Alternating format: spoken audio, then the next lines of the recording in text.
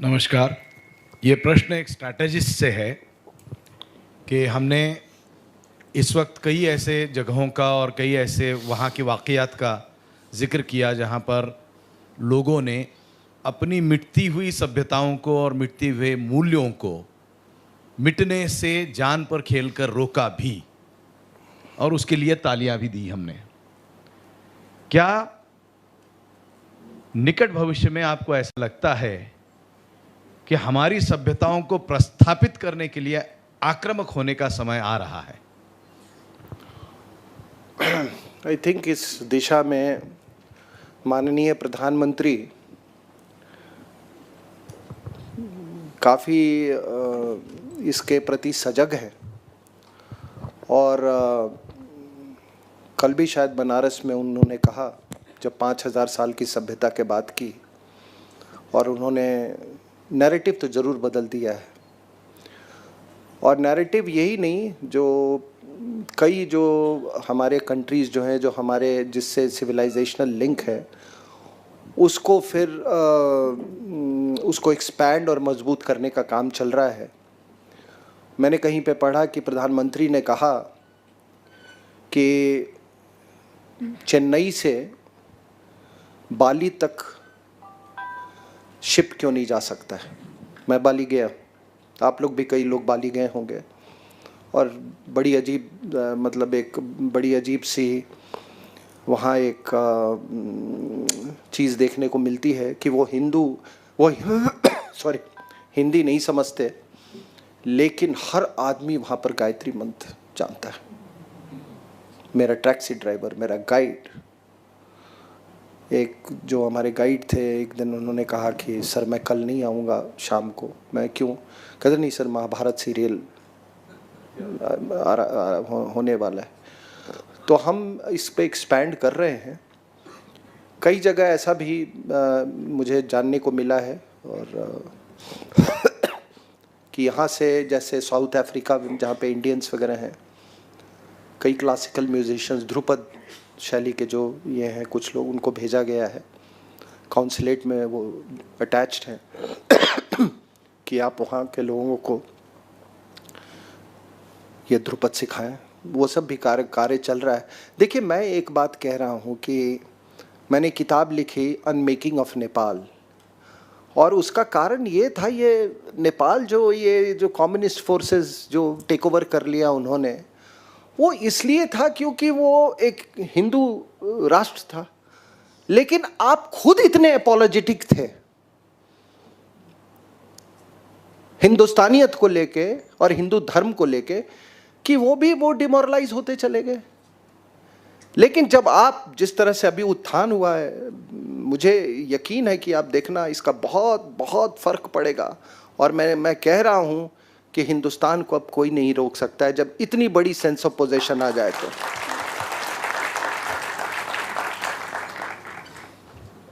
Sir, आपने 26/11 के हल्ले का जिक्र किया, जिसमें आपने कहा कि वो जो हल्ला था वो हमने बुलाया हुआ था। हमने बुलाया हुआ था जी, जो हमारे में से ही कोई तो जी ताकत जी है जी जी जी जी। तो ये इसको आप थोड़ा डिटेल में डिस्क्राइब कर पाएंगे थोड़ा? सब एक बात बताओ, हाँ, हम सभी के लिए ये नया है। आपने इतने सारे हमले देखे। अब तो हिंदुस्तान बहुत, आप लोग सब बहुत मतलब माहिर हो गए हैं ये हमलों को झेलते हुए। खास करके इस मुंबई, पता नहीं कितने दर्जन से ज़्यादा यहाँ बड़े बड़े हमले हुए। हर हमले में हमलावर का आइडेंटिटी पता चल जाता था, और वही है उसका यूएसपी है। अगर वो अपना उसको एक्नॉलेज नहीं करेगा तो उसका वो बेस कभी एक्सपैंड नहीं कर सकता है, रिक्रूट नहीं मिल सकते। पुलवामा हुआ, जैश ए मोहम्मद ने किया। पठानकोट हुआ, जैश ए मोहम्मद ने भी उसमें भी किया, ठीक है। लश्कर ए तोयबा अपने वेबसाइट में भी डाल देता है। लेकिन आप एक बात बताओ कि ऐसी क्या बात थी कि जब 26/11 हुआ तो इसको हिंदू टेरर बनाने का इतनी मुहिम थी। ये धागे बांधे, उनको हिंदी सिखाया गया, उसको हर कोशिश की, किताब लिखी गई 26/11 आरएसएस की साजिश, पहले ये काम पहले से ही ये शुरू हो गया था। ये जो मेरी अपनी जानकारी और जो मेरा असेसमेंट है, इसमें यहाँ के कुछ पॉलिटिशियंस ने दाऊद इब्राहिम का मदद लिया था। दाऊद की पैठ यहाँ के पॉलिटिक्स में काफ़ी है। पॉलिटिक्स, बॉलीवुड और क्रिकेट, ये 3 चीज़ में दाऊद की पैठ बहुत है। दाऊद, लश्कर तोयबा, ISI मिल के और दिल्ली में कुछ बैठे लोग, उन्होंने 26 से 11 इसलिए करवाया कि 2009 में चुनाव होने वाले थे और उन्होंने कहा कि इसको हिंदू टेरर बना दो और उसके बाद RSS, BJP सबको वो अपने ऑटोमेटिकली उसको बैन कर दो। लेकिन हुआ क्या कि अजमल कसाब जो है, आपको मालूम है, वो गलती से पकड़ा गया। He was supposed to blow himself up। तो आप बताइए कि क्यों उसको हिंदू टेरर बनाने की ऐसी कवायद थी। और फिर आपके राहुल गांधी कैसे वो US एम्बेसी में जाते हैं और कहते हैं कि हिंदू टेरर सबसे बड़ा खतरा है। आप अमेरिकन एम्बेसडर को बोल रहे हो।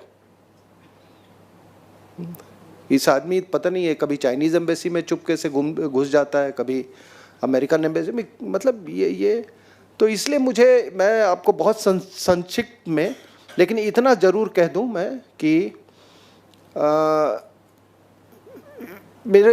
मुझे वो मैगज़ीन जो है तहलका ने कभी बोला कि सर ये जब कर्नल पुरोहित अरेस्ट हुए थे कि सब आप एक आर्टिकल लिख सकते हो। तो मैं बोला उनको कि देखो मेरी विचारधारा तुमसे बहुत भिन्न है, तुम छाप नहीं सकोगे उसको।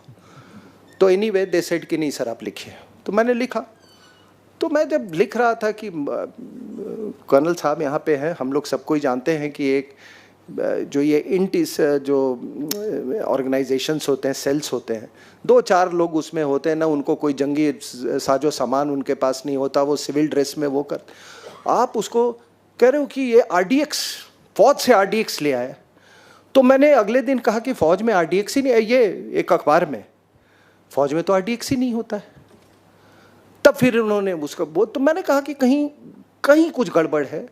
तो मैंने एक फ्लो चार्ट बनाया, ये जितने मेजर अटैक्स हुए हैं खास करके 2004 के बाद से, और जब तक वो फ्लो चार्ट कंप्लीट होता, पता नहीं मेरा जो सरस्वती की वर्षा होने लगी मेरे ऊपर। I could clearly decipher this entire Hindu terror conspiracy. आप एक बात बताओ कि पाकिस्तान बोलता रह गया, ये अमेरिका अभी भी बोलता है कि समझौता, वो वहाँ का US ट्रेजरी डिपार्टमेंट कि एक आरिफ कसमानी था, वो मास्टरमाइंड था, उसने फंड किया। डेविड हेडली की वाइफ फौजिया उटल्हा मोरक्कन वाइफ, वो जाके बोली कि मेरे हस्बैंड ने करवाए। और ये जो असली जो पाकिस्तानी करवाए थे, इसको भेज दिया इन्होंने, 15 दिन के अंदर भेज दिया पूरी दुनिया को। इन्होंने कहा कि नहीं ये लोग, इन लोगों ने नहीं किया था, हमने किया था ये। तो ये बड़े पापी लोग हैं साहब, ये बड़े पापी लोग हैं।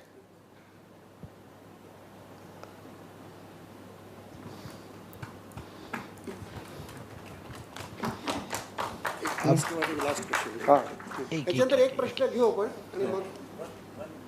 एक सर जी अभी तक तो हमने देखा कि अभी कैसे हुआ ये तो देख लिए, अभी आगे चल के क्या होना चाहिए इसके बारे में आप तो ये सब चीज़ें बहुत नज़दीकी से देख चुके हैं, लेकिन दो चीज़ें में जो सामने अभी आ रही है मीडिया से भी और सब लोग देख रहे हैं। एक तो मोदी साहब ने जो स्टेटमेंट किया कि मुस्लिमों को सुरक्षित लगना चाहिए, इस तरह का जो स्टेटमेंट उनका है कि उनको सुरक्षित महसूस होना चाहिए, ये एक उनका स्टेटमेंट, ये पॉलिटिकल स्टेटमेंट है या स्ट्रैटेजिक स्टेटमेंट है, ये एक चीज़। और दूसरी बात, तुरंत अभी CBI की तरफ से ये वापस हिंदू टेरर का जो मुद्दा सामने आ रहा है और 2 अरेस्ट हो रही है, ये सब चीज़ों के पास कैसे देखा जाए, ये आगे चल के क्या रंग लाने वाली है? देखिए, प्रधानमंत्री एक कॉन्स्टिट्यूशनल पोजीशन है, उनके अपने कुछ हो सकता है लिमिटेशंस हो, लेकिन मैं आपको एक ही जवाब दे सकता हूँ कि जब तक हिंदुस्तान का मुसलमान हिंदुस्तानी मुसलमान नहीं बनेगा, तब तक ये दिलों के बीच में पुल नहीं बन सकता। Just as there is an Arab brand of Islam, just there is an Indonesian brand of Islam, which is the most desirable form of Islam for us. जब तक इंडियन इस्लाम नहीं बनेगा, ये नौटंकी, ये झूठ, अभी लोग कहते हैं कि हमारी भाषा उर्दू है। अब उर्दू भाषा कहते हैं कि हम तो उर्दू ही पढ़ते हैं जी। अब उर्दू भाषा को आप अगर अरबिक स्क्रिप्ट पे लिखने जाएं, उसको आप ज़बरदस्ती की एक भाषा बना रहे। 100% of the verbs in so-called Urdu language has been taken from Hindi/Sanskrit. ठीक है, तो ये बताओ कैसे आपकी भाषा हो गई? ये तमाम आपका वो जावेद अख्तर एंड गैंग, ये कैसे, ये कहाँ से, जब हमको समझ ही नहीं आती थी तो आप पैसे कहाँ से कमा रहे थे? आपने किशोर कुमार से गाना गवा दिया, मेरे महबूब कयामत होगी, आज रुसवा तेरी गलियों में होंगे। अब बताओ इसमें हिंदी कहाँ है और उर्दू कहाँ है? तो ये एक सबसे बड़ा फ्रॉड इस देश के ऊपर में कि उर्दू जानने वाले लोग, और आप हमको गाने भी सुनाते हो, हमको पिक्चरें भी दिखाते हो। और मैं जब ये पाकिस्तानियों से बात करता हूँ ना टेलीविज़न पे, तो मैं कई बार बड़े शुद्ध हिंदी का प्रयोग करता हूँ, उनको सब बात समझ में आ जाती है। अगर मैं उनको बोलूँ कि आप, by the way I must tell you this, I mean आप मुझसे ज़्यादा, कि अगर प्योरेस्ट फॉर्म ऑफ मुझे संस्कृत अगर, तो मुझे मराठी भाषा में दिखती है। लेकिन अगर मैं उनको बोलूँ ना पाकिस्तानी कि हम जी प्रयत्नशील हैं, वो समझ जाता है, क्योंकि है तो वो कन्वर्टी, उसको सारी बात समझ में आ जाती है उसको। तो ये फ्रॉड जो जिन लोगों ने ये परपेट्रेट करके ये रखा है ना, हम इसी को ये धीरे धीरे आप ही लोग के साथ मिलके इसको, इस नैरेटिव को हम बदलने की कोशिश कर रहे हैं। अगर बांग्लादेश में वहाँ की हेड ऑफ स्टेट साड़ी पहन सकती हैं, दोनों, खालिदा जिया भी पहनती, ये भी और बाकी भी, मैं बांग्लादेश मुझे जाने का कई बार सौभाग्य प्राप्त हुआ है, कुछ ऑफिशियल कैपेसिटी में भी। तो वहाँ पे I mean sari is the this thing. तो ये सब जब तक ये लोग, और मेरे ख्याल से जब तक, अच्छा एक और मैं बात बता दूं आपको कि मैं जब धर्म बदलने की बात कर रहा था ना, you can not imagine the pace at which Saudi Arabia is changing. और प्रिंस सलमान ने वहाँ बोला कि भैया हम 1979 में किसी मजबूरी के तहत जब ईरानियन रेवोल्यूशन हुआ तो हमको वहाबिज़म को प्रमोट करना पड़ा, लेकिन अब वापस आने का वक्त है।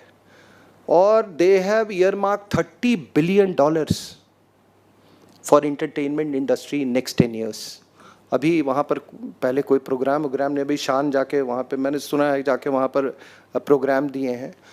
वहाँ की महिलाएं अब ड्राइविंग कर रही हैं, कई ऐसे तो मैं, ये हमारे जो मुसलमान भाई हैं टेलीविज़न पे मिलते हैं, तो मैं बोला कि भाई देखो, तुम्हारा आका तो बदल रहा है, तुम भी बदल जाओ ना।